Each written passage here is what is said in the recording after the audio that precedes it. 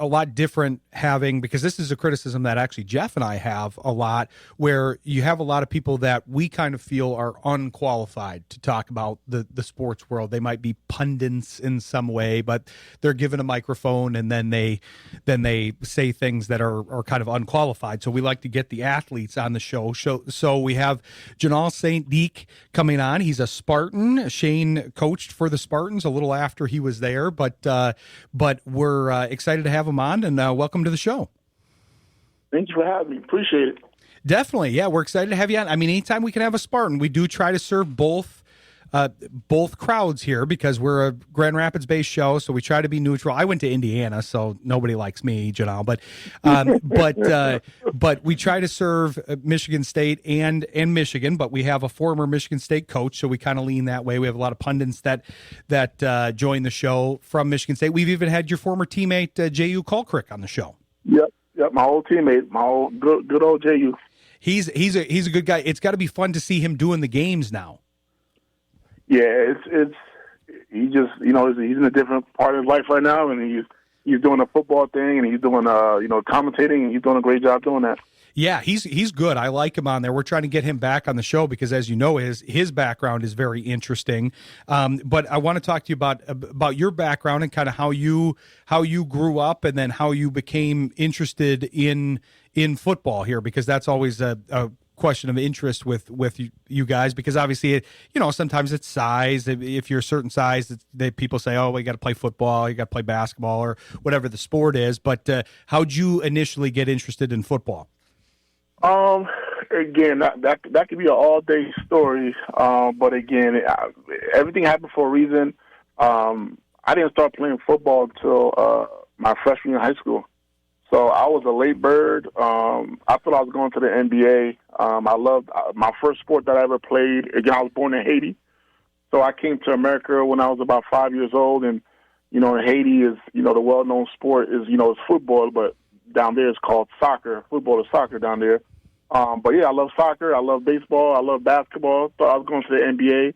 I had a huge incident, an explosion in my kitchen, and I got burned in my hand and my face. So I couldn't go outside for the whole summer of my 8th grade year. I gained about 5 pounds, and my basketball middle school coach said, if I was you, I'll try football. I think you'd be good at it. And I just started laughing and giggling. And, when I went to high school my freshman year, and I decided to go for it, I didn't know how to put my pads on, my knee pad. I didn't know nothing. And then, the first day of practice, I hit somebody, and it felt good. I'm like, this might go somewhere. And then within a week of practice, my high school freshman football coach say, son, if you keep doing this, you're going to go far. And I'm like, he probably said that to everybody, but then 3 weeks later, he said it again. I'm like, I'm going to really go all in. I quit every other sport. I quit basketball. I quit baseball, and I just focused on football and track, because I only had, 3-4 years to get good. And, that was it right there. I got better and better. I got moved up to varsity. We won state championships. My freshman year, sophomore year, we won the state championship again, and I had a great coach, Jerry Moore, head coach at Elizabeth High School, represent, Jersey all day. And I was blessed. I kept working hard. I got a lot of scholarship offers. I took the long route, missed my SATs by 10 points. It was harder back then to get in, and I went to JUCO for 2 years. Michigan State kept talking to me, and then that was that. Went to Michigan State. First year, I had 3 different defensive line coaches, but I just kept fighting. And when I got my opportunity, I ran with it. Made first team Big Ten, All-American, broke the Big Ten record for the most forced fumbles. But yeah, it's one of those stories that it's hard, but it all paid off. Well, that's why we like talking about this stuff, because I feel like when somebody makes it to the upper echelon, like you did, like Shayne did, it's viewed as, oh, well, but they must have had an easy road. It's very clear from that story that it was a very tough road, and that's, I think, usually it's more towards that case than the, hey, yeah, I was just born on third base and I'm ready to go and I'm in the NFL and here we go. But no, I appreciate you telling us that story. There's a couple follow-ups I have from that. One is, I'm always curious, and about crossover athletes. Do you feel like the basketball helped you with the football side of things? Because like we have, like Ferris State here is known for recruiting guys that were prominent in other sports. And then obviously Shayne's former position, you know, kickers, they're looking for guys that played soccer and other things. Yeah. But I sometimes think the other sports help with different types of athleticism and body movement. Do you feel like the basketball and the baseball helped you transition to football? I think that's I believe all coaches, all Division I coaches. Again, I coach high school football as well. That's the number one thing they look for. They want you to be a multi-athlete, you know. So usually if you're a good athlete, usually the basketball coach is trying to get you, the baseball coach trying to get you, football coach trying to get you, soccer coach. So I played soccer. I played soccer, baseball, basketball, and I've been playing soccer since I was, born. So I feel like soccer helped me a lot because that's conditioning. You know, soccer is very hard. You got to be very conditioned. You got to be good footwork. You know, you got to have a lot of stamina. So that helped me a lot, you know. So when I got to football, you know, me running, me being one of the fastest guys on the team, you know, beating the receivers, the running backs. I was used to running. You know, that goes for basketball, that goes for soccer, just being out and about, you know, playing other sports. But yeah, that helps a lot. And a lot of athletes, they usually play more than one sport. You know, if you're a running back, you're going to probably run track. If you're a wide receiver, you're probably going to either do basketball and you're going to run track. If you're a DB, most likely your high school football coach is going to say, okay, you're doing track too. So it's usually always good to do multi-sport. It helps you get recruited better. It shows you how athletic you are. You're not one-minded, and a lot of schools like that. They like to see, okay, you're multi-sport. That means that right there is just showing how athletic you are. But yeah, that helped me a lot with my footwork and my speed and you know, my agility and the work ethic. So one thing that I've always noticed about a lot of guys that I, you know, scouted when I was coaching, I coached special teams, but I had to coach all positions and understand how to scout athleticism at all positions. And one thing that I always notice, especially with recruiting, is that certain guys that played multiple sports and were good at multiple sports outside of just athletic talent, understood technique and understood being able to use technique mixed with their athleticism. And sometimes you see guys at a position that aren't the stereotypical prototype for size or what have you. I mean, I played with a guy in college who was the defensive, what's it called? The Butkus Award. What's the linebacker? Nagurski. Yeah. No, it was like the defensive player of the year. Okay. And he was a 6 foot, 5'11", 6 foot defensive end at 220 pounds. Okay. His name was Corey Moore. And I think he posted a 4.39 40. All right. The guy was not huge, but he was kind of one of those like pound for pound guys on my team at Virginia Tech. And he was amazing. And everyone was like, well, he'll never play D end. He'll never play. He's going to be a linebacker. And he still ended up being a third down guy for quite a few reps in the NFL. I think he had some injuries that kept him from a career. But like guys that don't meet the height standard of the prototypes, they tend to have really good technique and their discipline, and they understand like, hey, I've got to have one really good move and I've got to have to counter for that move. Or I've got to understand I can't just jump every time the quarterback throws his hand back to throw. I've got to try to match hands or do something that actually gives me the best chance. And when I think about guys like you that probably had great skill set in other sports and understood that, but also a good work ethic to get those skill sets. And what you said is spot on. You know, you just told my story. Pretty much, I'm only 6'1". I'm only 6'1" in high school. And when I was growing up in the 2000s, 1999, you call those tweeners, right? Yep, call that when you got recruited, they call you a tweener. You between a linebacker and a DN, they didn't know where to put you, so they call you a tweener. So my situation, I was about 6'1". I was about 225 in high school, 225, 230 in high school, and a lot of schools wanted me to play linebacker, and I didn't want to play linebacker. I didn't want to play fullback. I I didn't want to play tight end. I knew I could play the defensive end in a high level. But a lot of schools, like you just said, they want that 6'4", they want that 6'3", they want that. But I know what a lot of players didn't have, which you got to have a chip in your shoulder. That's why I looked up to Dwight Freeney, looked up to a lot of shorter defensive ends. You know, a lot of guys that was fast, quick, explosion, staying low to the ground. So that helps a lot as a D lineman. If you like, look at Aaron Donald. You know, he's only 5'11". I'm being nice, 6 foot. You know, D tackle. No one thought he was going to do good in the NFL, and look what he's one of the best defensive players of all time. So that's a good point that you brought up, because I'm only 6'1". You know, I got recruited as playing linebacker, but I didn't want to play linebacker. My hands been on the dirt my whole 4 years in high school. And I had to prove myself. You know, I'm going against guys that's 6'6", 330 average, and you know, against the Big Ten. You know, those are the average size. O-linemen at Wisconsin, they're all about 6'6", at least 330 each of them. You know, Michigan, they're averaging about 310 per person in O-line. So you're right about that. You got to have great technique. You got to stay low to the ground. You got to have good leverage. And I worked my butt off in high school. I worked my butt off when I got to Michigan State, and I had to prove them wrong. I'm like, I'm 6'1", but they're not going to outwork me. They're not stronger than me. And once you put the film on, that was the wrap. That was a wrap. Yeah, and you know, I don't know exactly what defense looks and fronts you guys ran during your time, but I'm going to assume they didn't go with a 3-4 when you were there. Yeah, you're right about that. No 3-4. yeah, because that's kind of the Waterloo. That's the deal breaker for the undersized DN right there. Yeah.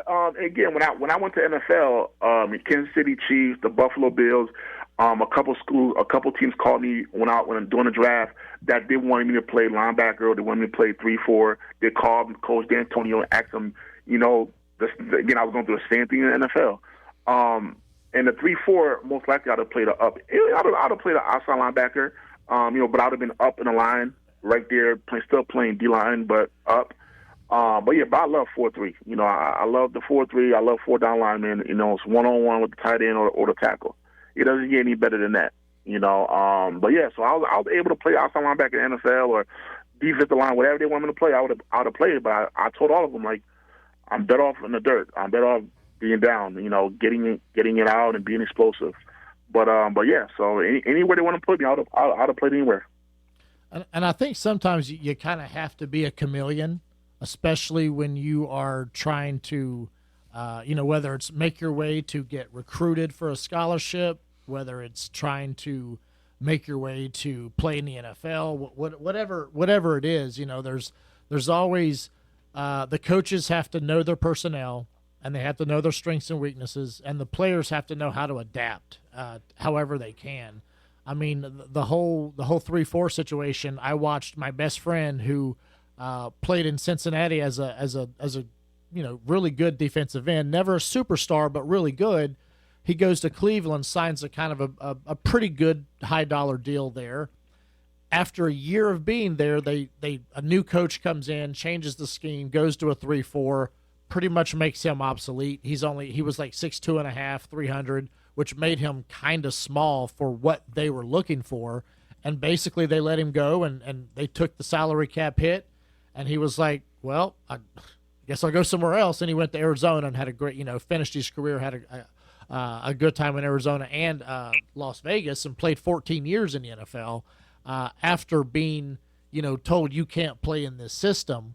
But, you know, I think so many guys, you know, when you have the skill set of understanding, you know, space and acceleration and recognition and vision that you probably had with soccer growing up, and then, you know, understanding technique and form for just running with track, basketball, understanding certain things about body leverage and, you know, using your leverage against another person's body to gain leverage on them, and then understanding the technique of how your hands work and your footwork and your center of gravity and all that as a defensive end. I think being able to put all that together probably really helped you. And honestly, the fact that you were 6'1" probably gave you an advantage to a degree with your center of gravity as well. Yeah. You can ask any O lineman, you can ask any left tackle, right tackle, any O lineman, they hate blocking shorter guys because when they're blocking someone tall, it's easier for them to jump hands on them. They don't have to lean. They don't have to get low because when you're blocking a guy that's 6'1", 6 foot, you got now the O lineman got to use their technique. They got to get low. They got to use their hands. They got to switch their technique up a little bit because now they got to really get down lower to block me. So if I'm 6'1" and I get off the ball, by the time I get off the ball, I'm going to be maybe 5'10". I'm going to stay low. So I'm making that offensive lineman really work to go back fast, bend his knees, and try to block me. It's hard, especially when it's third and long, and I know for sure that I'm gonna hit that corner before he gets there. So it's very hard. Again, I coach O-line, I coach D-line. It's harder to block a short defensive end or a short D tackle than a taller guy because again, if a O tackle is 6'5" and he's blocking a guy that's 6'6", 6'3", 6'4", it's easier to put hands on him.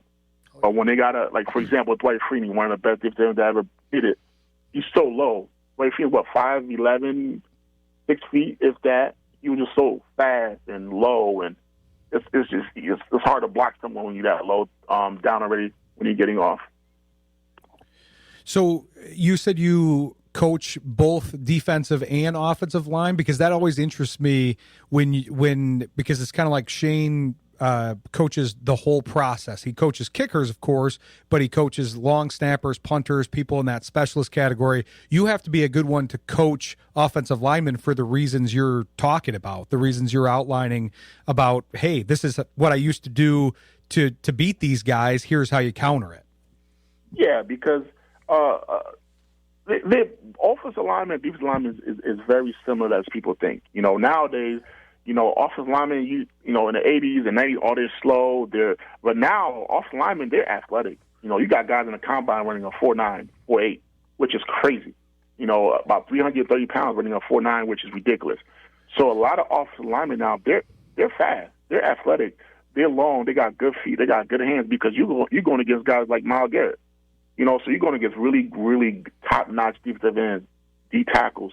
So now they want a more athletic, slimmer, quick feet, long hands offensive lineman. So the bottom line is whoever gets their hands on the other person first wins. The O lineman's job is to get his hands on the D line. For the defensive line, my job is to get my hands on your shoulders and control you. So usually whoever gets their hands on that person first or lower, you win that battle. You're gonna win. So it's very, very, and it depends what type of O lineman you want, or it depends what scheme you're running. You're running zone. If you're a zoning running offense, then you're probably gonna go more after, athletic O lineman that could move laterally fast.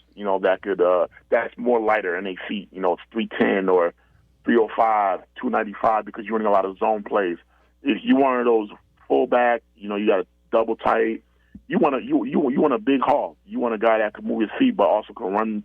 Just power drive you through the run game. So again, it's what type of defensive line or lineman you want. But like I said, I could coach both sides because I want to get both of them. I played O-line in high school. Believe it or not, I played O-line in high school. I was strong. I was athletic, and I benched a lot. I squat a lot. So I was pancaking guys that was 6'5", 330. So it was light work for me. So me playing both positions in high school and then in NFL, in college, I focus on defensive line. But yeah, I feel like a defensive line can coach O-line because you know what's expected. You know what they're trying to do. You watch film all day what the O-line is doing with your opponent. But yeah, it's one of those things that offensive linemen are getting more and more athletic. They're getting faster. They have to, because the defensive line is getting faster and stronger as well. It's a very symbiotic relationship. It's like counterintelligence that you're doing there because you're providing, hey, this is what I used to do. Oh, okay, let me factor that in and factor that into my decision. So yeah, that's really interesting stuff. We appreciate you joining us. and there's a lot of more meat on this bone. So we'd love to have you back on at some point in time too, and talk. We haven't even talked to Antonio. Wanted to talk about him. I want to talk about whether or not you and JU started a soccer team with Michigan State, because I know he was a former soccer player too. There's a lot of stuff here, so we'd love to have you back on as well. Again, I appreciate having me on anytime. You have my number. Just let me know what date and time, and I'll love to join. Sounds good. We appreciate the conversation. Good luck with the coaching, and we'll talk to you again soon. Thank you so much. Go Green. Go White. Thanks, Jonal. We'll talk to you later. Thanks to Jonal Saint-Dic. Very good interview there. I was really happy with the interaction between him and Shayne. That was a lot of good stuff on kind of the transfer of sports there, and a lot of scouting from Shayne. So that was great. We're going to do a quick segment in studio, and then after that we're going to bring on Al Karsten from Pride of Detroit. But stick with us. You're listening to Shayne Graham's Extra Points on Jethro FM. Jeff and I have this conversation off air because we sometimes get frustrated with the coverage in the sports market because it's done. And I'm saying this is kind of a stones from a glass house thing, because I'm in a similar category, but I try not to pretend to know more than I do. I try to farm the information out from people and get the information from people, collect the intel, if you will. But it's nice to bring these athletes on because they all have unique stories, and like you said in the break, Jeff, they all want to talk ball, Yep. and they all have unique backstories. Yeah, and I love the fact that he played all the sports, and he knew the struggle from the get-go because he was undersized. Yeah, it's a lot of fun to listen to. I do want to talk to him. We'll definitely have him back on again. That's one of the things that I'm liking about these segments. We're at one point going to book the fourth segment with Eric Kramer, and basically turn that into a full. We've basically done an hour and a half worth of interviews in just his life story. So we'll be able to turn that into basically a full episode, a best of episode. But getting these guys on for recurring segments, I think will be interesting because him and JU have weirdly similar backgrounds. JU came from Africa when he was a young boy, like Jonal did, not Africa, but he came from Haiti, and started with soccer, and that's all he knew how to play, and then transitioned to football and became a professional athlete. So it's cool stuff. But yeah, we'll be getting more of these declassified segments going. We'll be able to talk to. We're going to have Wendy Borlabi on soon. Jeff, you guys talked to Dr. Dembo, Yes. and so that'll be another partner in Shayne's business here. But yeah, fun stuff. We're going to turn our attention to the Lions here. We're going to have Al Karsten on from Pride of Detroit and talk about everything going on there, and then get into some draft coverage because we have him coming on next, and then Ryan Roberts from A to Z Sports, who's a national mock draft expert.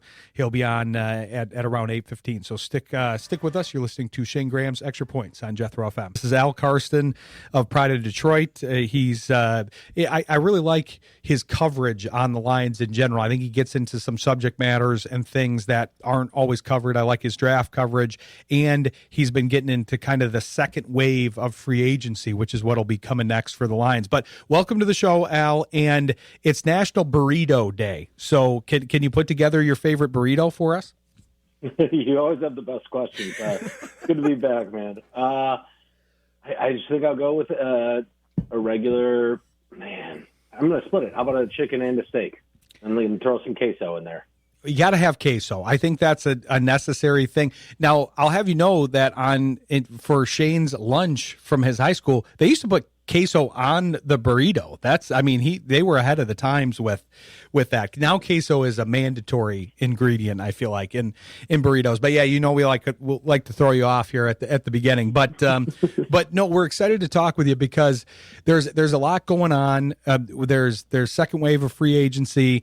We're gonna have to let Shayne go after this segment. So I'm gonna start in a different place because I wanted to talk about this whole situation with Ragnow because we often, well, not we, because Shayne doesn't, but I often criticize the folks that haven't necessarily gone through this stuff or don't cover this stuff, and then they want to give their opinions. You've been, you cover the team, you're on the beat. Shayne's been a player, so I'd like to have a discussion of this situation and kind of get your perspective on it, Al, and get Shayne's as well. Yeah, not the most fun topic to talk about in the off season. It's unfortunate that I think it's an unfortunate reality that the Lions were being fairly petty with it. And the fact of the matter is, I think physically, Frank Ragnow gave his all to the team. And for that, I think that constitutes the whole signing bonus, which is guaranteed up front. And for the things he did for the organization, it's truly unfortunate. I don't think a lot of other organizations are going to take that portion of the $3 million or whatever it was back. Frank Ragnow is one of my favorite players of all time. So it's a little bit of a black eye for PR wise for the Lions and what's been a somewhat tumultuous offseason. It's unfortunate. And I think there was a number of former players that chimed in. I think Jason Kelsey made some sincerely great points as well. Where does he rank relative to Levi?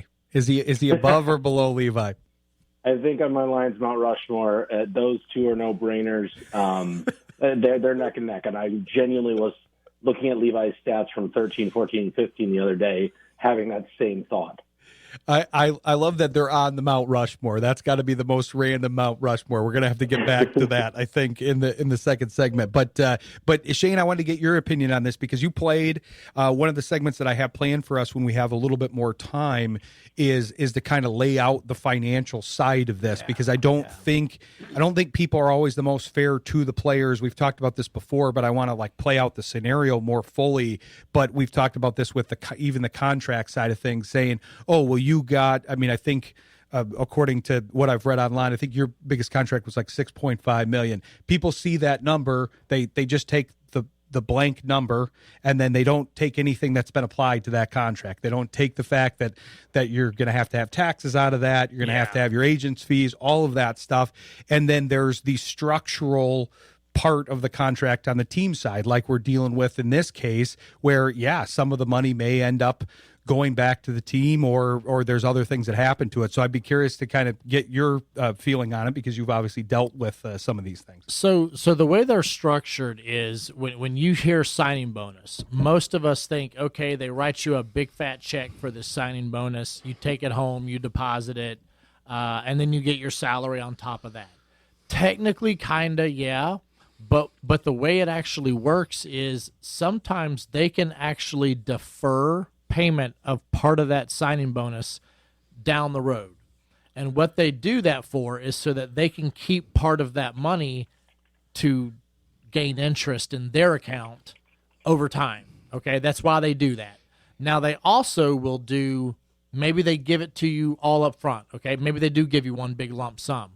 But then it's prorated on salary cap hit value per year of your contract. So hypothetical, they give you a 5-year with a $10 million signing bonus. Okay, instead of that signing bonus counting $10 million all this year, it's $2 million per year of your $2 million per year of your contract over that stretch. So the way that they look at it is, and typically they backload your salary. So the way they do that is, your first, let's just say it's a $30 million contract, 5 years, $30 million, $10 million signing bonus. Okay, that's $20 million left over for salary. They might do year one, $1 million. Year two might be $2 million. And then by the end of that contract, it might be $10 million for that last year of the contract. And they'll split it up and backload it. And the reason they do that is that so the salary cap hits are as low as they can keep them during the prime years of that contract.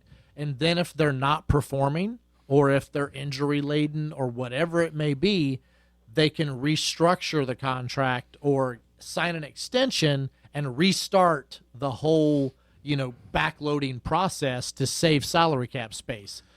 The thing that really stinks about all that is, yes, that salary, the signing bonus is quote unquote guaranteed.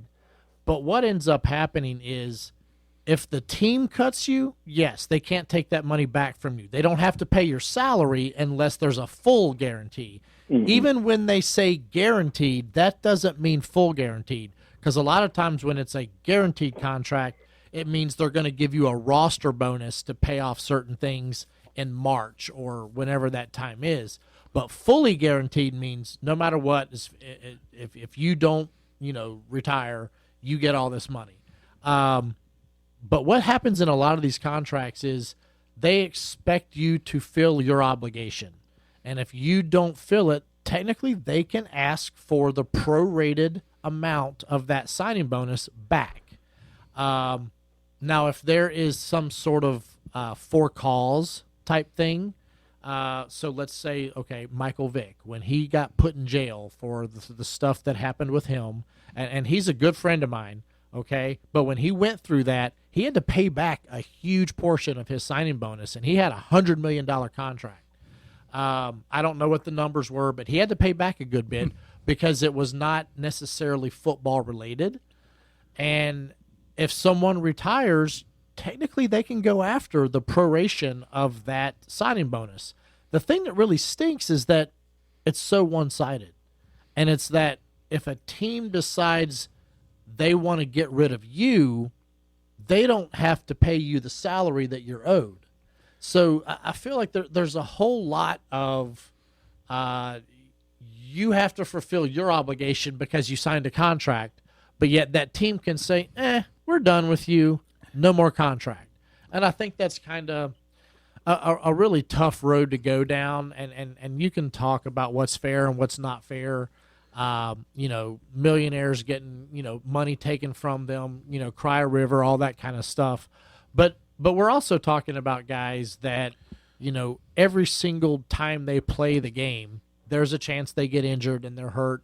But now we're also finding out it's more than just injuries. It's their quality of life for the rest of their life is now in danger of not only potentially being slightly handicapped physically because of their hips, their back, their knees, their feet, their ankles, whatever it may be, but also the mental capacity that happens with CTE and concussions and who knows what we're dealing with when it comes with depression and all the things that we're kind of seeing, with mental health crises and suicides and all that kind of stuff. But the players definitely, and let's even look at this, the huge TV contracts that pay the salaries.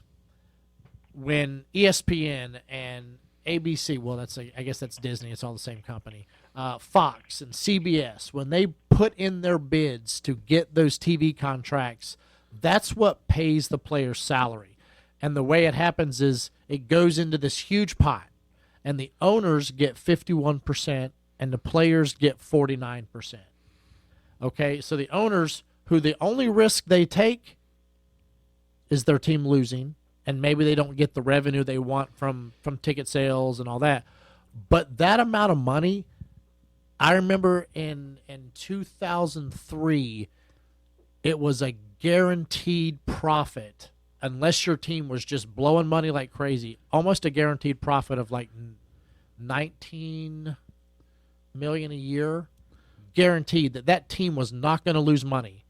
Now, a big organization like that making $19 million a year doesn't seem like a lot of money, but when it's guaranteed, yeah, that's a lot of money.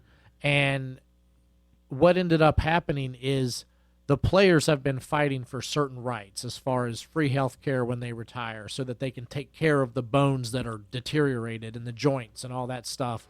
And all these players are fighting for these rights, and the players' union really goes after this as much as they can, but it becomes a lawyer's game versus an actual, real people fighting for real things. It becomes attorneys taking attorneys' fees and all the kind of things that goes on to it.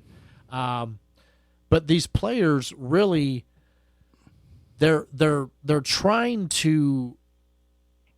Not everybody is the quarterback that makes $20 million a year. There's a lot of guys that only play 3 years and make $600,000 or $700,000. A lot of money, right? After taxes, take it away. But now that 3 years of making that much money, that's all you got.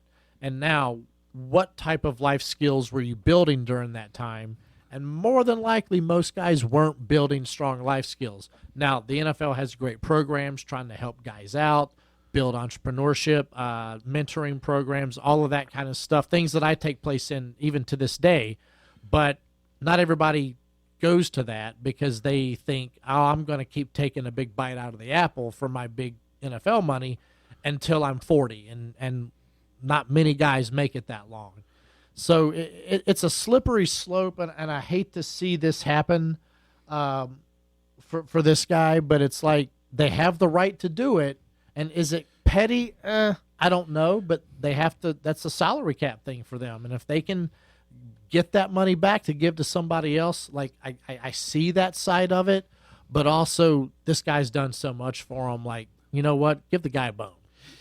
There's a lot of great stuff in there, and we'll have to revisit this subject at one point in time because one of the main flaws that I think people have in this argument as a whole is the whole millionaires versus billionaires thing. It's they're millionaires at some of them, not all of them. Shayne referenced guys that might not even make $1 million over the course of their career, but they're billionaires at that level. But they've got the billionaire owners that have this asset that's going to accrue its value. It's going to get revenue, as he mentioned. So there's a lot of good stuff there. But we're gonna take a quick break and come back with Al Karsten. I'm gonna ask you out of the break what your Mount Rushmore is. So get that ready for us, Al.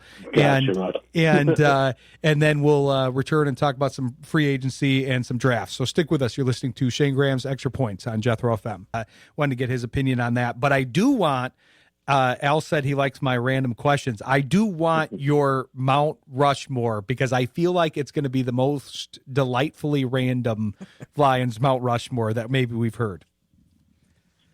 And I do. Shayne, I can't believe he just railed off so many coherent different tangents like that. That was a cohesive, detailed explanation of a lot of the contract stuff. That was really impressive. Well, that's what we were talking about here in studio in the break, Al, because that's why I wanted to get that on before he left, because we'll have to do like a full 15 or 30-minute segment on that with him. I already have the financial segment planned out, but there's a lot of uneducated opinions on this. I'm not speaking about you. You're on the beat. That's an educated opinion, but there's a lot of people that jump on the radio. They call in. Jeff was talking about this in the break, callers into shows. This is why we don't take callers. Sorry, people that listen, but I'm sure we could have some good conversations with callers, but we prefer to have these conversations with former athletes like one that preceded you and beat writers like yourself, and then have obviously Shayne's opinions that prominently featured because he's got a perspective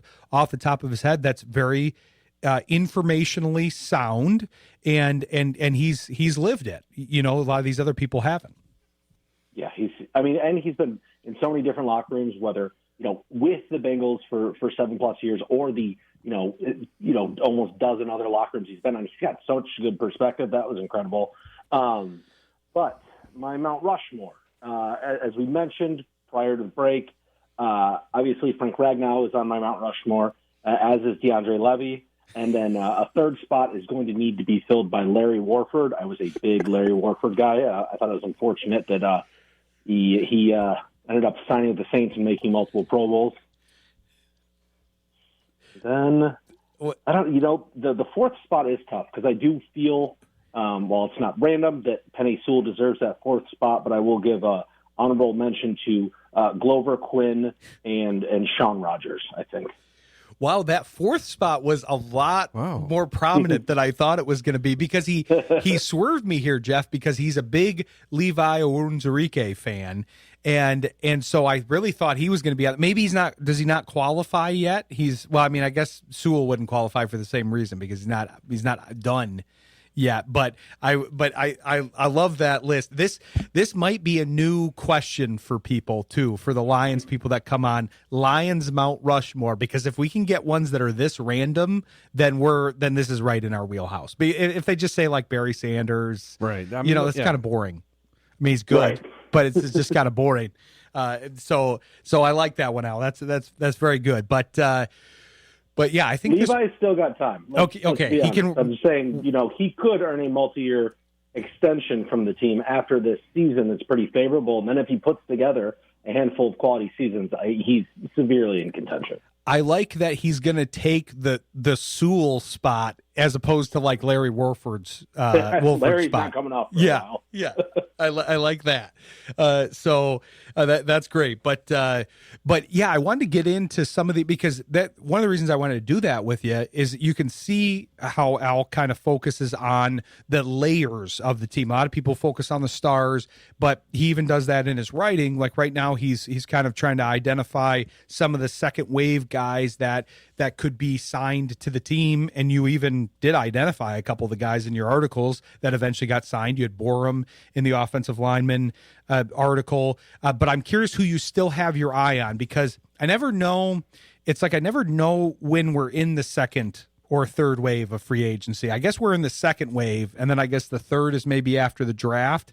But I'm curious what you see from free agency. Obviously, that's also impacted by the draft side of things, and those go hand in hand. We'll go into the draft, and then maybe they'll still pick up somebody in that third wave. But I'm curious who you have your eye on here from maybe some of these undervalued guys or positions that they haven't addressed fully yet. Yeah, and I'm incredibly curious where they're going to go adding a second nose tackle, because that's pretty bare. I mean, I know DJ Reader is still out there. So incredibly curious if maybe they look for like a Foley Fotokasi, who was a really solid player for the Jaguars for a couple of seasons, and then didn't play up to that caliber with the Texans. And he's getting up there in age. He's similar to Chuck Clark, where he's been on a couple teams, had some solid seasons with the Jets and Jags, and the former UConn 6-rounder. Is he someone that is still coming in at a lower price than a DJ Reader might? But the nose tackle's really gotten thin. I like that they were looking at Isaiah Loudermilk, but he'd be more like almost a Levi Onwuzurike backup as a 4-eye. So I would look still for the team to possibly draft a day 3 run plugger that plays a 0 or 1 technique. But as far as remaining guys for free agency, I don't think there's going to be anyone. I don't know where they go before the draft. I think that Chuck Clark signing just to bolster the depth of the secondary was one of the last ones. Well, that's what I'm curious about, because obviously these things with the draft and free agency go hand in hand, but they're clearly trying to fill as many needs pre-draft as they can so that they can leave the draft board flexible. That's kind of Brad Holmes' strategy 101 there. And I know that there's positions that people are assuming they'll lean into, and we're going to have Ryan Roberts on after this to talk about that. But, obviously offensive tackle, you got to assume there might be an early move there. Edge is always in the conversation, but they're looking for a specific type. But I'm glad you highlighted the nose tackle position, because you had a good article about Roy Lopez. It was before he left, but highlighting, hey, this might not be the biggest name, because defensive tackles are never the biggest name, except maybe on your Mount Rushmore, but they're not usually the biggest name. But they do go unseen. But I was having this conversation with a buddy of mine, because he was talking about the defensive tackles and how they haven't really seen much from anybody. It's like, but you've got to look at the rest of the defense and how that works, how the defensive ends are doing, how the linebackers are doing behind them, and that it's hard to grade a defensive tackle individually. But Roy Lopez, for the value that they signed him for, he was a very good value for this team, and it's no wonder that he signed at Arizona for more.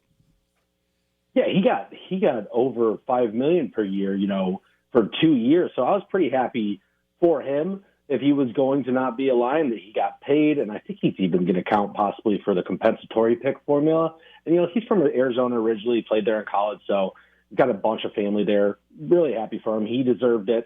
I think they identified him as a good player to bring back for that defense. And, yeah, I'm just incredibly curious where they go behind Tyleik Williams, who was a player, like you mentioned. I feel like he caught a lot of flack just because, he wasn't putting up sacks as a first rounder or something. But, boy, did he help free up Jack Campbell and Alex Anzalone and the guys in the back there more than I think he got credit for, especially in that last, month and a half. He had blown through that rookie wall that he was lingering on, and he played terrific football. So here's how he's going to playing some more 0-1 technique this year. Yeah, he's definitely one to keep an eye on here, and I think he's going to be good. But I do agree that they need some reinforcement there, and they do like to shuffle the guys around a little bit. We talk about Levi whenever you're on, but that's a guy that could be shuffled around, moved inside, playing the big end, all of that kind of stuff. But I do think that's one of the positions to address either between now and the draft. Do you see them making another edge move before the draft, or do you think they're kind of done with that until maybe seeing what they get out of the draft? It's interesting because there are a lot of guys that are, somewhat similar level to a DJ Wanham, or also the same tier as Peyton Turner. So, their hand isn't forced. It's not like defensive tackle where I think it's much more bare. There are a ton of options still at defensive end or edge rusher, whatever flavor you prefer. And so I think that most of the league right now is kind of just hanging steady, given it's such a deep edge class.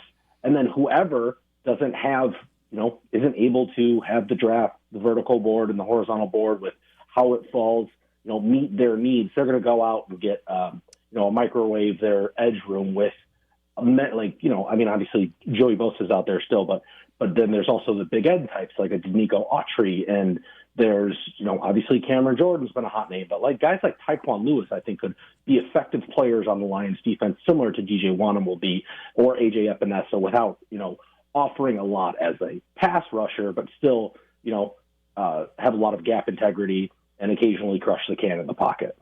But I don't see a lot of teams really signing players now in these next 3 weeks leading up to the draft at the edge position, the Lions included.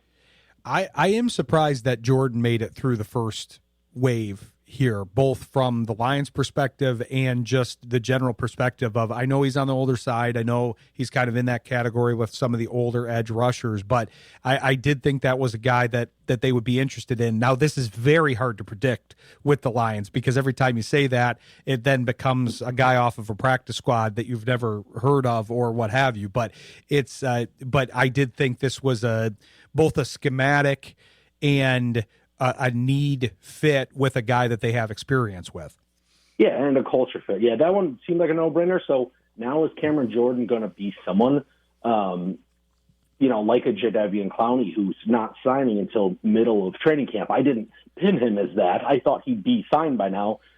But that really could be the case, that he might be taking his time as well, finding the right situation, waiting for the draft so there's not a younger player that's going to eat some of his snaps and he doesn't have to immediately be ready there.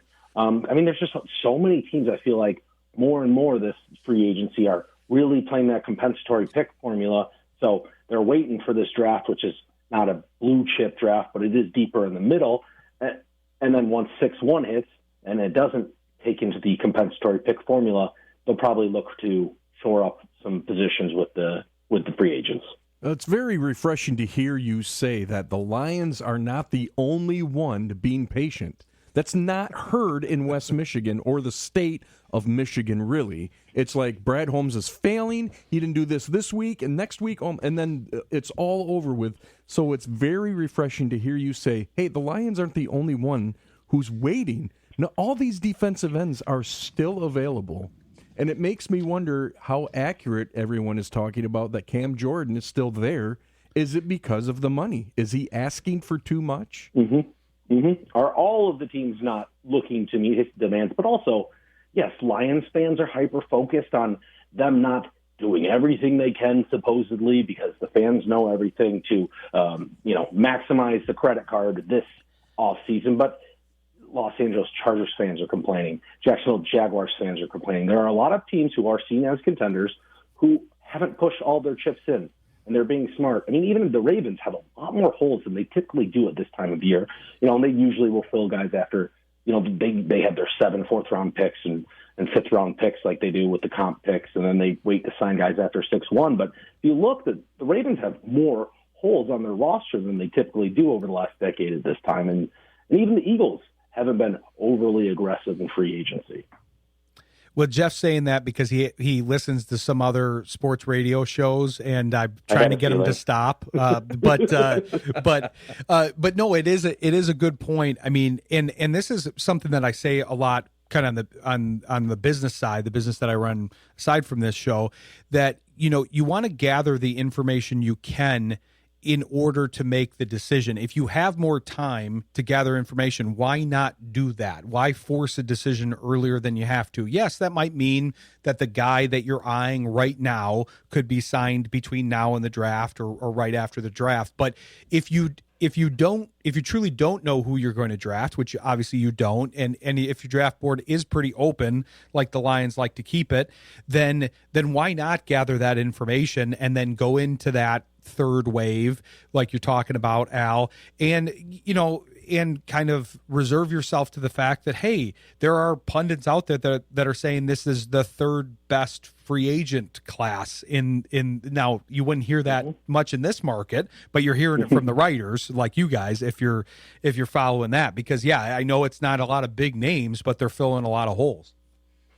And if you look, the Lions pro personnel department has hit a lot of doubles, a lot of triples with some of those guys who are 1-year prove-it deal veterans who exceed expectations. They might sign as draft guys, but then you look and it's a Roy Lopez, it's a Rockiston, it's an Avonte Maddox. There are so many signings the last few years that, an Al-Qadim Muhammad who outplay the expectation and get a larger contract. So I'm so pumped about the Lions 2026 free agent class.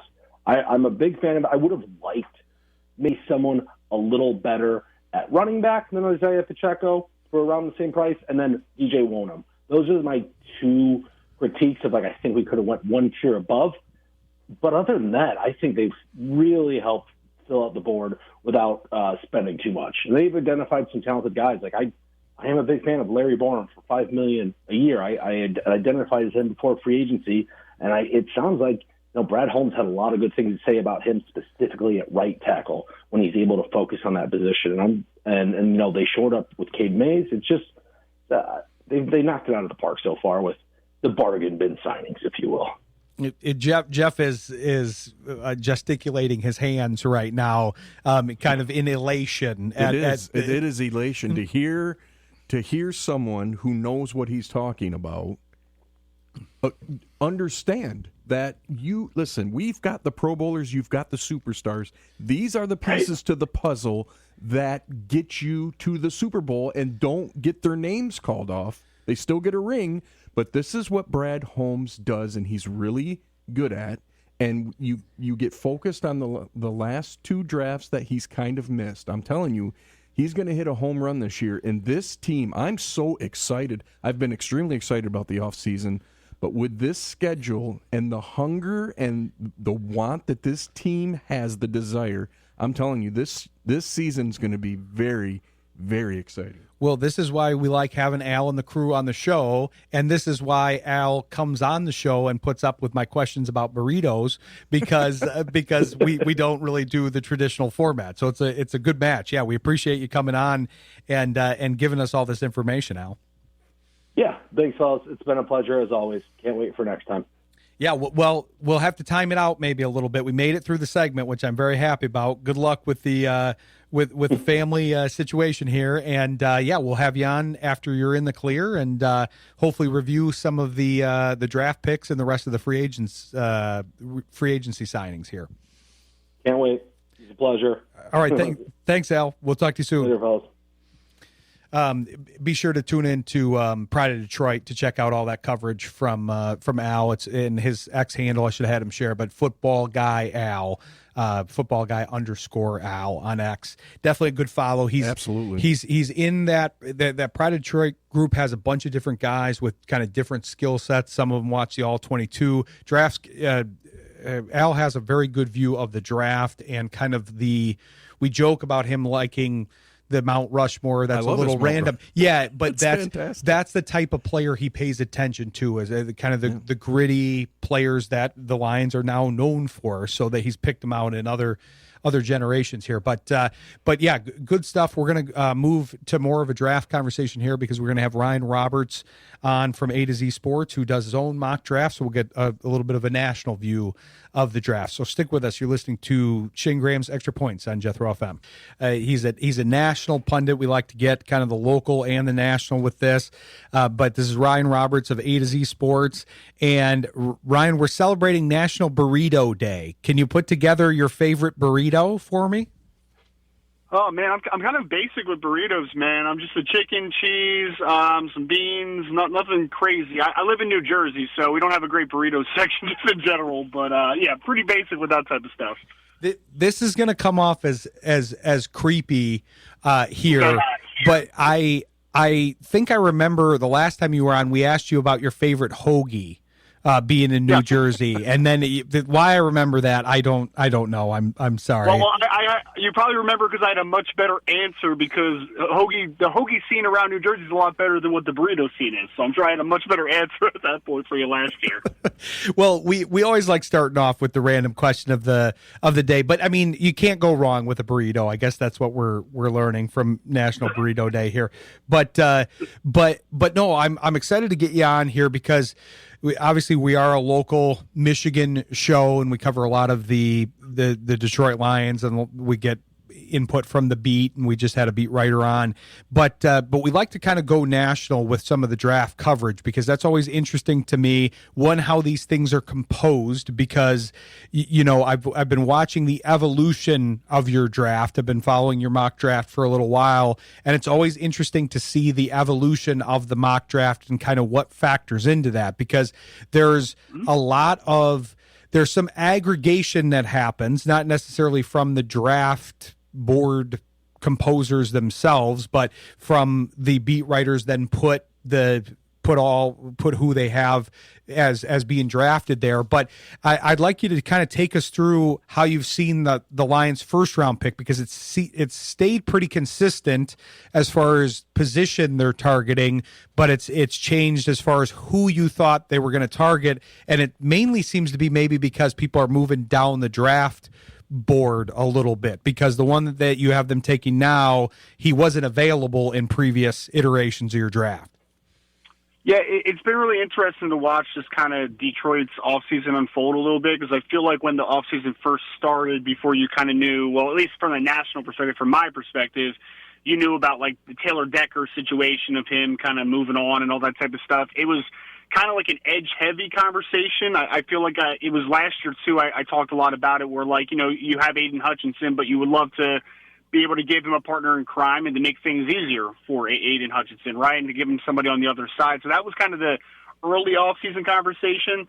And then, obviously, when Taylor Decker leaves, you're like, all right, this is a big shift here, right, because you have Jared Goff, who is a very pocket-centric quarterback. You need to make sure that protection is solid up front. And, I know they have a need, interior at center. That could be a spot as well. But obviously in where you're drafting in the top 20 at number 17 overall, there's a higher priority to get a left tackle, obviously, right? So, like, you're looking at that situation and you're like, okay, Monroe Freely makes some sense. Maybe Caleb Lomu out of Utah. Those are kind of the true left tackle types in the first round. But things have shifted, obviously, with, in the owners' meetings with, it seems like there's a huge openness to potentially moving Penei Sewell out to left tackle. So, like, that is actually a good thing, I think, for the Lions just short-term in this process because now you have more options that are on the table. If there's a guy that maybe projects better as a right tackle that's at there at 17, I think it opens up possibilities now that you have the flexibility that Sewell can play either side potentially. So Monroe Freeling's been a guy that I've kind of have put there at 17 kind of recently because I do think that when we were coming out of the combine after he tested and just kind of the momentum leading up, I think a lot of people just started assuming that he might be a top 10 pick, but I think just kind of talking to some people, I do think there's a possibility that he could go slightly later than maybe some people think. I think he's more of like a top 20 pick than maybe a top 10 pick for sure right now.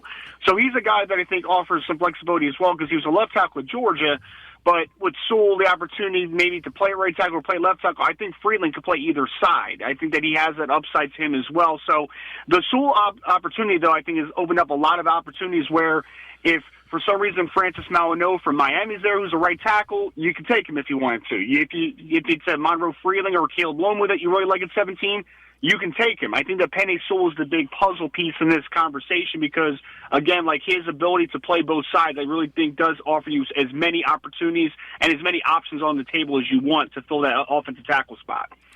I agree, and I do think that they're going to play into that because that's often something that then kind of dips the stock of a player as you're talking about, Ryan. That if they can only play right tackle, then they're not as valuable to most teams. That's not the blind side. But I'm curious because I'm curious about a couple things out of this because the offensive line as a whole in the draft, I could see there being a bit of a run because one of the things, I don't know if you do this exercise, but as kind of a layman fan, I do this exercise of, okay, how many of X position could I see going in the draft here? And obviously, you know, it's hard to predict those things, but it gives you an idea for what could kind of make a run. This is a quarterback thin draft at the top. You've got Mendoza, and then there's a lot of difference of opinion on who the second guy is and when that second guy will go.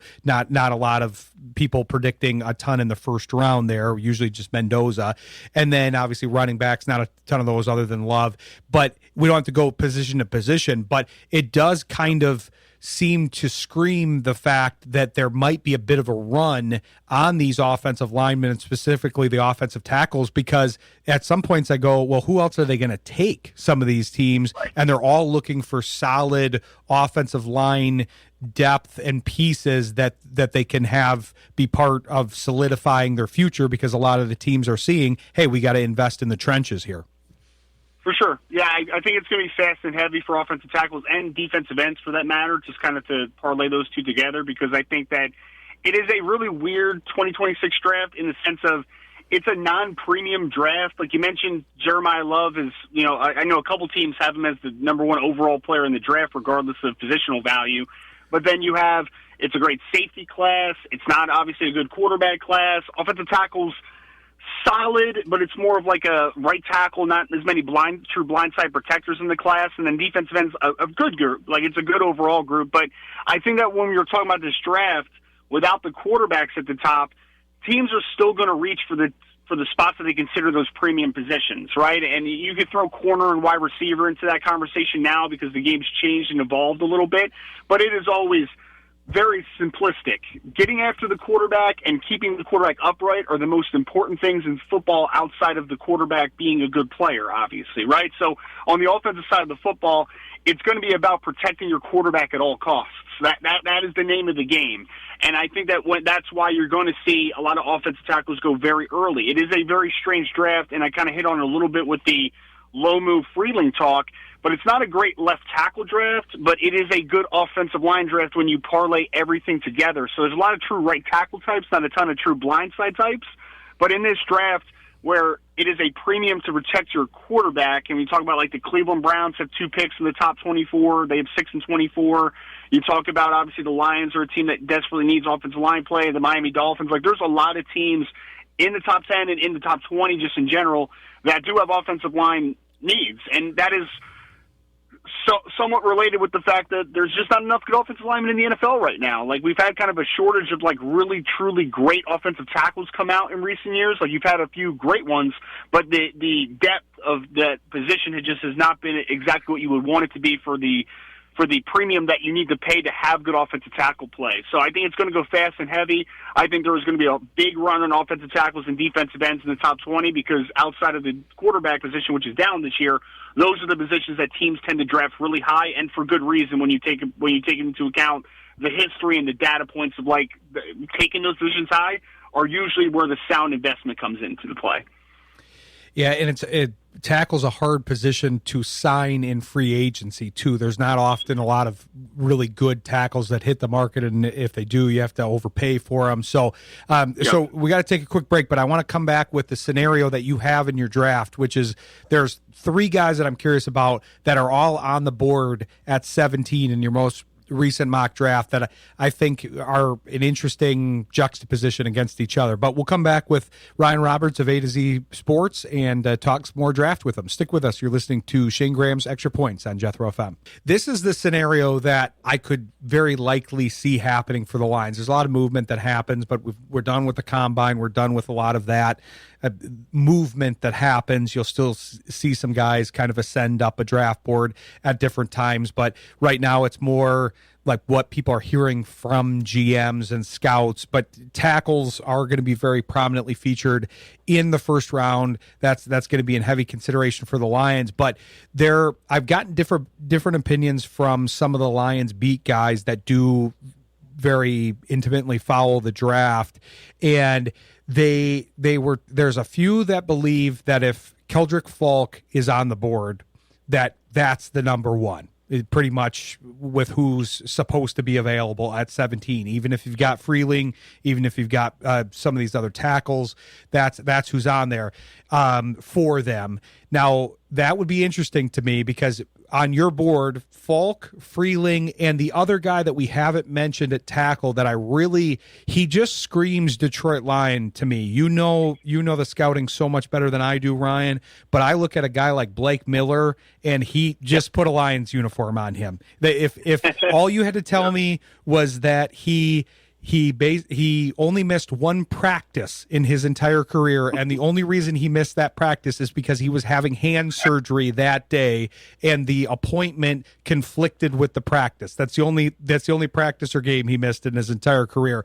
As soon as I read that, I just said put a Lions jersey on this guy. It's all done. I love that. I mean, Blake's been an interesting one because he's actually kind of the polar opposite of Monroe Freeling for a lot of different reasons. I mean, obviously one has played left tackle, one's played right tackle. That's like the obvious opposite thing there. But the funny part is that Blake is also a guy that's played a ton of football. Like, he's a 4-year starter for Clemson since he was a true freshman. So and I always love offensive linemen that have a lot of experience. I think that when you talk about the experience factor, quarterbacks, offensive linemen, those positions are the ones that matter most in terms of like readiness to play in the NFL, and that experience factor I think plays a big part in that. So he's like kind of how you draw it up. You know, he's long, he's 34+ inch arms, he's a really good athlete, and also he's played a ton of football. And the more important part about Blake too is that he's gotten better over the last couple of years. You know, like for a couple of years there, I was like, I remember watching him. I'm like, the kid's super athletic, he's long, you love everything you see about him, but he needs to get stronger. Like, his core strength just isn't there. This year, it took a nice step forward, and it's still a little bit of a work in progress, but the key part is it's gotten better increasingly over every year. Monroe Freeling is a little bit more of the mystery box guy because he only started a few games in 2024 due to some injury that Georgia had up front, and he was only a sophomore at that point. But then he's a full game starter this year, full season starter, and he showed great promise from game 1 to game 12. Like, he showed increased improvement and comfort and all that type of stuff. But he is still only really a 1-year starter at offensive tackle, which is something that I usually don't get drawn to.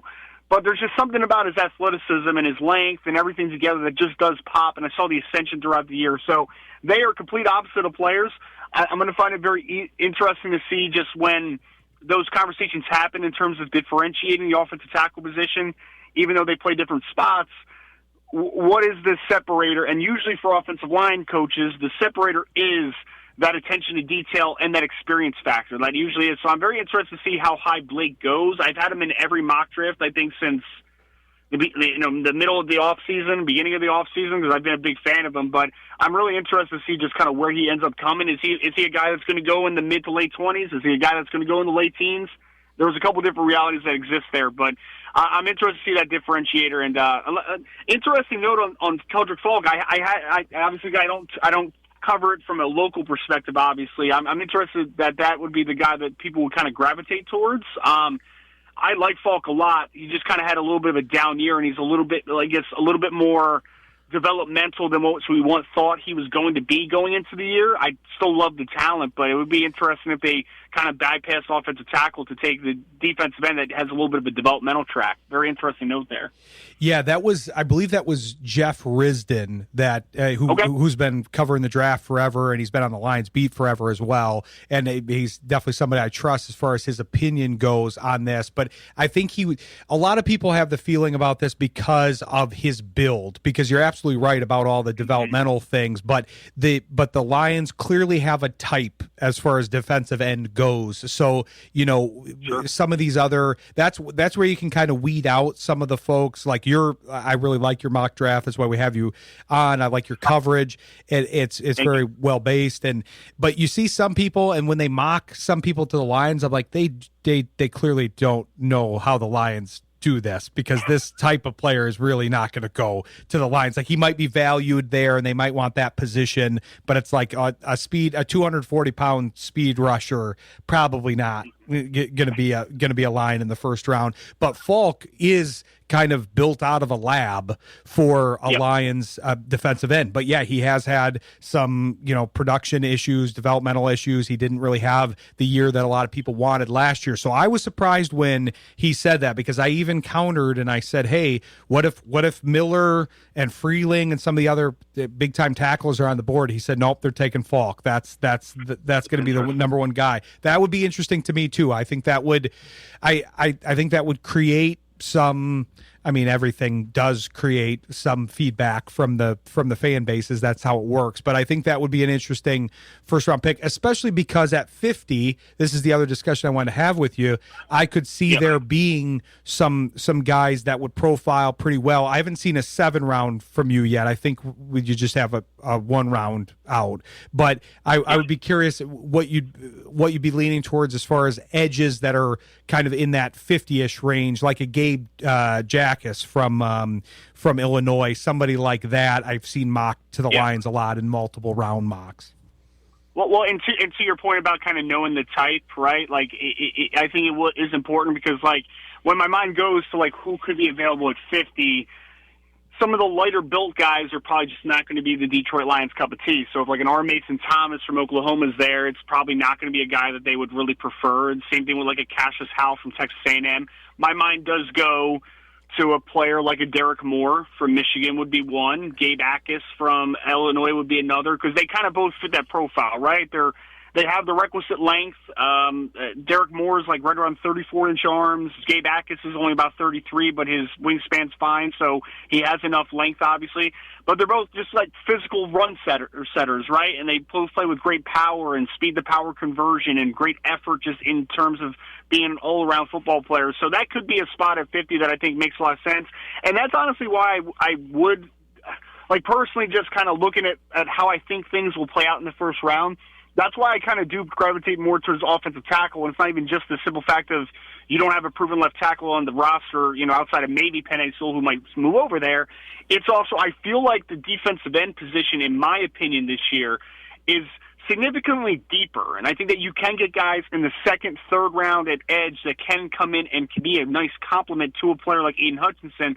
I'm not sure that if you wait on it and at 50 you're going to sit there and look at an offensive tackle that you are okay with playing in year one, right? And unless there's somebody on the roster that they feel like can be at least like a stopgap, solid player at either spot, I just tend to think that it would be a better, more advantageous situation to find offensive tackle in the first round, depending on how the board falls, and then figure out the edge spot in the secondary need in this draft. Because I know it's a big need opposite Hutchinson, but again, I think like at pick 50 or even a little bit later, I think that you can find edge value a lot easier than you find offensive tackle value in this class, if that makes sense.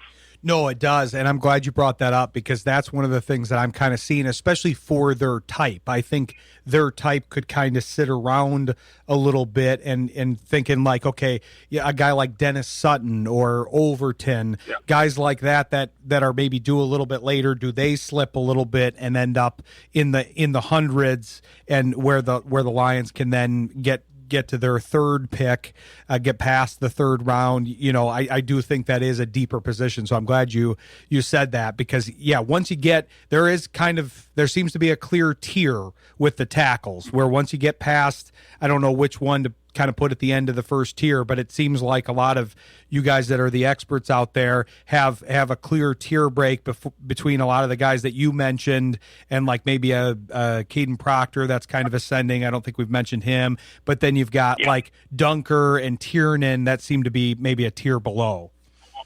Yeah, and I honestly wouldn't be comfortable at like that tier at 50. It's just kind of what like where my mind goes, because like you mentioned, Caden Proctor, even though I'm not a huge fan of Caden Proctor at Alabama, he's going to go in the first round because there's just not a lot of guys that look like him on planet Earth. So, like, he's going to go in the first round. And then you talk about a guy like Max Ionacher out of Arizona State. He's probably going to go in the late first round as well. And to that fast and furious offensive tackle run, I'm just trying to think in my mind of, like, who's even going to be available at 50 that you feel good about. I feel like it's more of a third, fourth round developmental offensive tackle class after the first round. Again, I just think that run's going to be too much. I mean, it mentioned like a couple guys, like there's a lot of people in the NFL, and I am included in I'm obviously not in the NFL, but like I am included in this opinion that Jennings Dunker is probably a better interior offensive lineman than he is a true offensive tackle on the next level. So there's a lot of teams that do view him as a guard on the next level, which is no problem. It's just in terms of filling your offensive tackle need, it might not be your answer there. Caleb Tiernan's another interesting one because he is another one of these historical outliers. I mean, he's got like 32 and a half-inch arms or something like that. He's got kind of a weird build in terms of like his lack of length and lack of wingspan, right? So like he's another guy that, again, at pick 50, it would just be like way too rich for me. Like there are a couple guys when we get into like the third, fourth, fifth round where I'd be like, okay, we can take a dart throw there and maybe he's a developmental starter that could be a guy by year 2. But if you're a Detroit Lions team that has Super Bowl aspirations and has a winning window that's still open, I just don't think there's going to be a guy at 50 that you are going to come out and be like, yep, that's our right tackle or left tackle for the short term. I think that is that's a proposition that I feel like you might end up not cashing in on too great because I just don't think the value is going to be there at 50.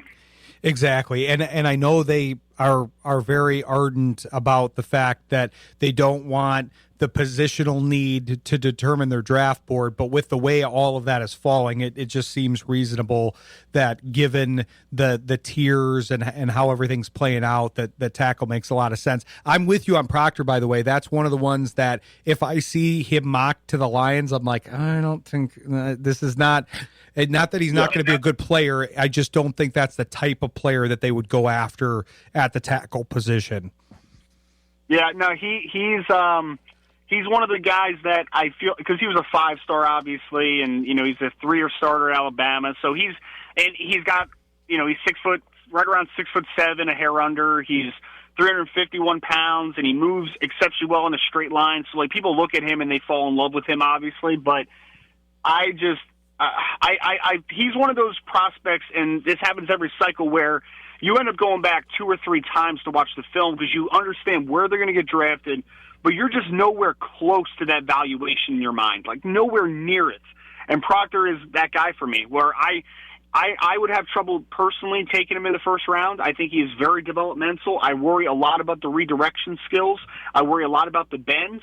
I've seen him in person when he was coming out of high school as well, and like it's going to sound weird, but like guys got like oversized ankles and oversized calves where I just don't know if he's ever just going to be a great change of direction player. Like I just don't think he's necessarily built for handling inside counters, handling some of these twitcher edge rushers that can win both shoulders in the NFL. So I would be very worried. But like the blessing for the Lions in this conversation is I have a feeling that Proctor might be gone before the Lions even pick. I think a team is greatly going to reach for him, so you might actually end up winning out because he might be push a couple of those offensive tackles that you like better to 17 if that is a spot that the Lions end up going in the first round.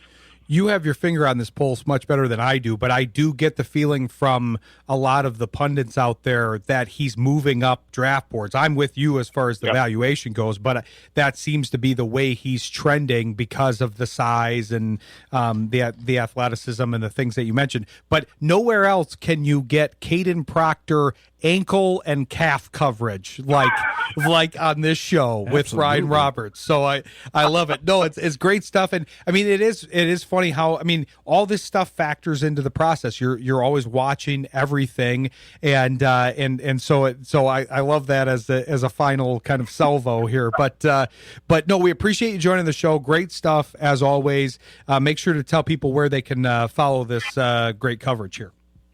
Yeah, no, I appreciate it so much. I know I get really weird. I'm a super nerd with some of this draft stuff, so I get really into the weeds and some of this stuff. But you can follow me at Rise and Draft on Twitter. Post every piece of content over there, whether it's a YouTube video or it's a draft article or rankings, mock drafts, anything. You can also if you want to go on YouTube, the best pod available. We just launched a draft show less than 2 months ago that's doing pretty well. So if you want to do that, and obviously A to Z Sports draft section. I also cover some college football, and we're in draft season, so not as much college football coverage, but anything you need to find, A to Z Sports. We just launched a new mock draft simulator as well. So anything you need, one-stop shop at A to Z Sports. Definitely check them out. And I can't call you weird here, Ryan. I'm the one that remembered that you picked a chicken cutlet for your hoagie. So, I mean, it'd be stones from a glass house here. Oh, that's hilarious. The next time, maybe you give me a heads up of like what food we're going to talk about next to make sure that I am a connoisseur of that particular food. But yeah, man, I appreciate you guys for having me so much. And if you need any more weird draft tidbits or some ideology, I am here for you anytime you need it. So I love it. No, it's great stuff, and that's what we like. We like the in-depth stuff. That's why we like doing the long-form interviews and getting in deep. So we appreciate you giving all this information, and yeah, we'll have you back on another time here. That sounds good, guys. Thank you so much. Thanks, Ryan. We'll talk to you soon. Thanks to Ryan Roberts. That was great stuff. Good stuff. We'll come back here in studio and finish up with Jeff and I. Stick with us. You're listening to Shayne Graham's Extra Points on Jethro FM. I've got calves and ankles like Caden Proctor. Apparently, we were talking about that one in studio. That's my favorite quote from the last interview. But Jeff did bring up a good point in the break, because one of the things that is kind of a necessity in the Lions system is they do have a lot of polling, especially from the backside with a lot of this. And I think that is a plus. So he was referring to Proctor maybe not being able to move off that backside, and you need a more athletic guy that's more adept with moving. But that was a real plus when people looked at the tape for Larry Borum. He was a pretty good poller. So I thought that was an interesting tidbit. I think that's something that factored into their decision there, that although he's not necessarily the all-star Pro Bowl kind of signing that people always want with every signing, you gotta have these home runs. But as they were highlighting in previous segments, I believe Al said it, that they're hitting a lot of doubles and triples, and those will get you pretty far. Those are better than home runs, especially in modern day baseball, because you swing for the fences and then a lot of times you miss. Yeah, absolutely. And it amazes me that as far, the Big Ten's won the last 3 national championships, and the SEC's kind of fallen. But when it comes to draft, they're still looking at that SEC school. He's at Alabama. He's Georgia. You're going to see him go. I've seen him in mock drafts go as high as 6 and as low as 24, Proctor. Exactly. And they do have a tendency to like Alabama players. There's a decent Alabama contingent on the Lions team as a whole. I just think that, and it's nothing against Proctor, it's just a type thing. This guy could end up being a great NFL player. It's not an insult to him. Yes, we made fun of his calves and ankles, but that was more just because I found the comment funny. But I'm sure he could be a great NFL player. I just don't think he's necessarily the best fit for the Lions, and that's what I look for in these national mock drafts, when you can tell they have a feel for what the Lions would take. It might be wrong. It's hard to predict this stuff because you don't know who's going to be on the board. But yeah, they do have, to your point, Jeff, they've got the Georgia guy right in the mix too, because Monroe Freeling is up there. He's only played the one season. That's why I think Miller is. I'm high on Miller to the Lions as far as what they like. I think he fits that the best. So I'm curious to see what happens, but I'm not an expert in covering it like Ryan Roberts is and Al Karsten and the other guys that have been on the show. But I think it's interesting. And don't underestimate this, because we know Lions are about what? Character, grit. Blake Miller, high school, Strongsville High School. Oh, I like it. I like it. It is. He went to Strongsville High School. I'm telling you, there's just a lot of things about this guy that seem to be very, very Lions. Even that, I didn't know that. But yeah, the 4-year starter thing, big leader on that team. And yes, maybe the team didn't have the year that they wanted, but I think I don't know. I think he's kind of an interesting fit for them at 17. So if I did a mock draft, he would be my pick at 17. He just seems like the most Lions pick. Just like when I interviewed Isaac TeSlaa on Steve's show and told him, like, hey, you're an obvious pick for the Lions, right? And obviously he was getting excited about that. He didn't want to, want to alienate the 31 other teams that he could have been picked by at that time. But it just seemed like an obvious fit, and it did end up being a fit. So it'll be interesting. We'll be continuing to talk about the draft here as we go. We've got some more national pundits coming on. We'll be getting some of the guys from the Lions scene and beat that cover the draft more extensively as well. But want to make sure to thank our sponsors as well: Encore Business Group, Eric Hall Aesthetic and General Dentistry, Williams Chiropractic, Elite Winning Solutions, and Sal's Complete Home Painting and Handyman Services. We appreciate their support. Appreciate all of Shayne's input when he was here. He made his hour really count here. We had to let him go, but thankfully we had some great guests, Jonal Saint-Dic, Al Karsten, and Ryan Roberts. Want to thank Jeff for keeping us on track. Hey, I'm going to get a burrito, man. We could still get one somewhere here. I think. Sure. I think. I don't know if Adobe's still open. I think they're a sponsor on Steve's show. We can use them here. But yeah, tune into the rest of the Jethro lineup. Speaking of Steve, he'll be on from 7 to 9 on Wednesday, the Sports Professor, and 10 to 12 on Saturday for the Sports Project. And then there's another program on Saturday that you should tune into as well. All requests Saturday night? Absolutely, from 7 to 12. I'll be there. And in between, put on some Polka Pops, too. Absolutely. I always catch at least an hour of the Polka Pops every Saturday. Well, we've got a lot of opportunity to catch the Polka Pops if you are available with the Polka Pops and the Polka Overtime, which we cover when MLB is doing the show. But yeah, and then tune into Sports Intel on Monday, 7 to 9, and then be sure to tune into us here next week at Shayne Graham's Extra Points, 7 to 9. Until then, thanks for kicking it with Shane, Jeff, and I, and have a great week. This episode is brought to you by Encore Business Group, Eric Hall Aesthetic and General Dentistry, Williams Chiropractic, Elite Winning Solutions, and Sal's Complete Home Painting and Handyman Services. Shayne Graham's Extra Points with Ron Walsh airs live Thursdays, 7 to 9 p.m. Eastern on Jethro.fm.